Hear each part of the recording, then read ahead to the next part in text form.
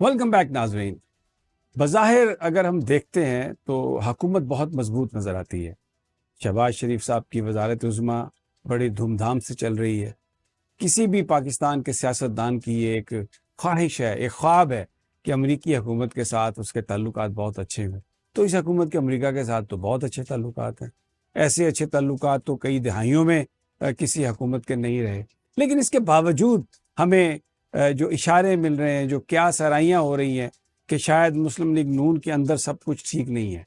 Peoples party بھی شاید کچھ تھوڑی گھبرائی سی ہے، کیونکہ جو کریک ڈاؤن ہے تحریک انصاف پر، کچھ لوگوں کا کہنا ہے کہ یہ حکومت کی بوکھلاہٹ ہے. اس بوکھلاہٹ کی وجہ کیا ہے اگر یہ ہے تو؟ اور کیا حکومت سیم پیج پر ہے اور چلتی رہے گی، 5 سال پورا کرے گی، یا یہ جو چیلنجز ہیں ان میں میاں نواز شریف صاحب کوئی دھماکہ کریں گے؟ یہ ساری باتیں کا ڈسکس کرنے کے لیے آج محمد زبیر صاحب ہمارے ساتھ ہیں. سابق گورنر سندھ ہیں اور مسلم لیگ نون کے ساتھ انہوں نے بڑا ٹائم گزارا ہے. یہ شریف خاندان کی پالیٹکس کو بہت اچھا سمجھتے ہیں، موجودہ حالات پر بھی ان کی بڑی نظر ہے، معیشت کو بھی سمجھتے ہیں. تو ان سے ان سارے موضوعات پر آج بات کریں گے. زبیر صاحب السلام علیکم، بہت بہت شکریہ ہمیں جوائن کرنے کا. زبیر صاحب پہلے تو یہ بتائیے کہ یہ جو بات ہے کہ ہر چیز اچھی ہے، سیم پیج ہے اور بالکل یہ سسٹم چلے گا، کچھ لوگوں کی یہ کہنا ہے، آپ ایگری کرتے ہیں اس سے؟ میں لارجلی ایگری کرتا ہوں کہ ابھی تو ایسا ہی ہے کہ جو نظر آ رہا ہے کہ استحکام ہے. استحکام کا مطلب یہ نہیں ہوتا کہ سب اچھا ہے، بٹ کوئی بھی پاکستان جیسی تھرڈ ورلڈ کنٹری میں، خاص طور پر پاکستان میں جو حالات رہے ہیں اس میں اگر اس تناظر میں دیکھیں کہ سب سے بڑی جو پاپولر جو بات ہے وہ اس وقت دیوار کے ساتھ لگی ہوئی ہے. تو جنرلی تو یہ ہوتا ہے کہ اگر اتنی واسٹ میجورٹی ہے حکومت کے خلاف، لوگوں کی اتنی زیادہ شدید نفرت ہے، تو بے چینی ہونی چاہیے اور وہ نظر آنی چاہیے بازاروں میں، اسٹریٹس میں. وہ نظر نہیں آ رہی ہے. اس کی دوسری وجوہات ہیں. تو ظاہر سی بات ہے اس میں حکومت جو اس وقت ہے، سیٹ اپ ہے، جو ون جس کو ہائیبرڈ ایک رجیم کہتے ہیں، جو خواجہ آصف بھی کہتے ہیں کہ 1990 سے یہی ہونا چاہیے تھا سسٹم. اس کی وجہ سے ایک سہارا ہوتا ہے. اور آپ نے جو صحیح نشاندہی کی کہ پاکستان میں اگر امریکہ کی سپورٹ مل جائے تو پھر تو استحکام ہی استحکام ہوتا ہے. لیکن اس کا مطلب یہ نہیں ہوتا کہ انٹرنل کانٹرڈکشن ٹھیک ہو گئی ہیں یا لوگوں کی بے چینی جو ہے وہ بالکل ختم ہو گئی ہے، لوگ مطمئن بیٹھے ہیں. تو حکومت کے لیے جو آپ نے کہا مسلم لیگ کا خاص طور پر میں کہہ سکتا ہوں پیپلز پارٹی میں بھی ہوگا بے چینی، بیکاز مسلم لیگ کو یہ پتا کہ ایک طرف بالکل وہ حکومت میں ہیں اور ان کو نظر آ رہا ہے کہ وہ شاید 3.5 سال اور بیٹھے رہیں گے.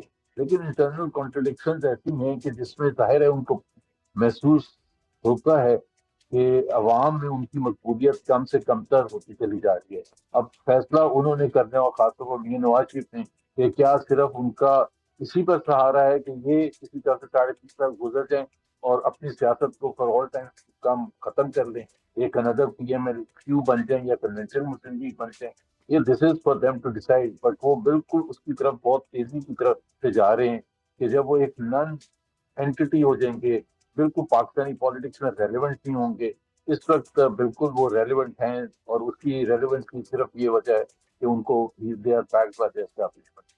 اچھا، بہت سارے لوگوں کا یہ کہنا ہے کہ اگر مسلم لیگ نون نے اپنی ساکھ بچانی ہے اور نواز شریف صاحب نے اپنی کوئی ساکھ بحال کروانی ہے تو ووٹ کو عزت دو کے نعرے پر واپس آنا پڑے گا in real terms. Knowing the personality of Nawaz Sharif صاحب، کیونکہ آپ نے بہت ٹائم گزارا ہے، آپ کی اپنی ذاتی رائے کیا ہے کہ میاں صاحب کو ایسا قدم اٹھائیں گے؟ نہیں جی، بالکل بھی نہیں، کوئی چانس نہیں ہے، زیرو چانس ہے ایسا کوئی قدم اٹھائیں گے.